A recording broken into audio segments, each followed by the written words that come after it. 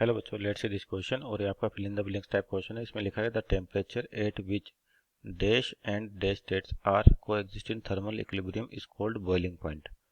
तो आपको यहाँ पर जो फिल इन द ब्लैंक्स है उसके बारे में बताना है कि क्या है। तो पहले तो की कॉन्सेप्ट लिखते हैं यहाँ पर अपन इसके पास इसका की कॉन्सेप्ट। तो की कॉन्सेप्ट क्या, बेसिकली फेज चेंज प्रोसेस है आपके पास, फेज चेंज प्रोसेस। तो यहाँ पर देखिए बॉइलिंग पॉइंट दे रखा है। तो ये बॉइलिंग पॉइंट यानी कि आपके पास कौन सा फेज चेंज होता है बॉइलिंग पर। तो जब बॉइलिंग की बात करते हैं अपन,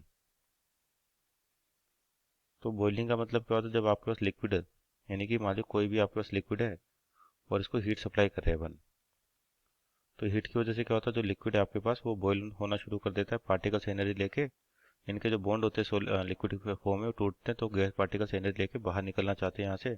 तो ये जो प्रोसेस है, यानी कि जिसमें लिक्विड आपके पास, लिक्विड आपका चेंज होता है किसके अंदर, गैस फॉर्म में या वेपर फॉर्म में। तो इसको अपन लिखे वेपर।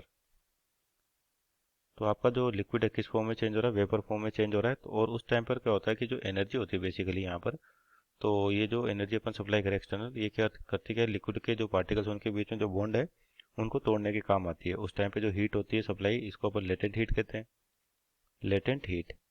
और यहाँ पर क्या हो रहा है आपके पास, लिक्विड से वेपर जा रहा है, तो इसको बोलते हैं latent heat of vaporisation, latent heat of vaporisation.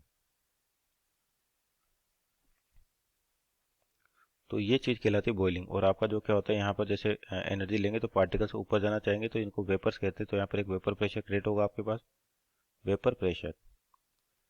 और जैसे जैसे आप हीट सप्लाई करते हो वेपर प्रेशर आपका बढ़ता जाएगा। तो एक ऐसी कंडीशन है कि जब आपका वेपर प्रेशर, बाहर कौन सा प्रेशर है, एटमॉस्फेरिक, इसके बराबर हो जाएगा और उससे थोड़ी सी एनर्जी ज़्यादा हुई या वेपर प्रेशर ज़्यादा हुआ, तो ये इसको लीव करके आपका सरफेस से बाहर चल जाएंगे।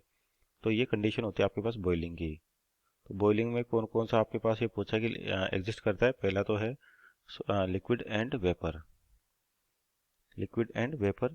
क्योंकि जब भी फेज चेंज प्रोसेस होता है आपके पास, तो टेम्परेचर भी कांस्टेंट है और प्रेशर जो होता है ये भी क्या रहता है, कांस्टेंट रहता है। क्योंकि जो एनर्जी सप्लाई दे रहे हो केवल बॉन्ड ब्रेकिंग में काम आ रही है, तो आपका टेम्परेचर भी सेम रहता है और प्रेशर भी सेम रहता है। तो लिक्विड और वेपर फॉर्म आपके पास किस में रहती है, इक्विलिब्रियम में रहती है, थर्मल इक्विलिब्रियम में।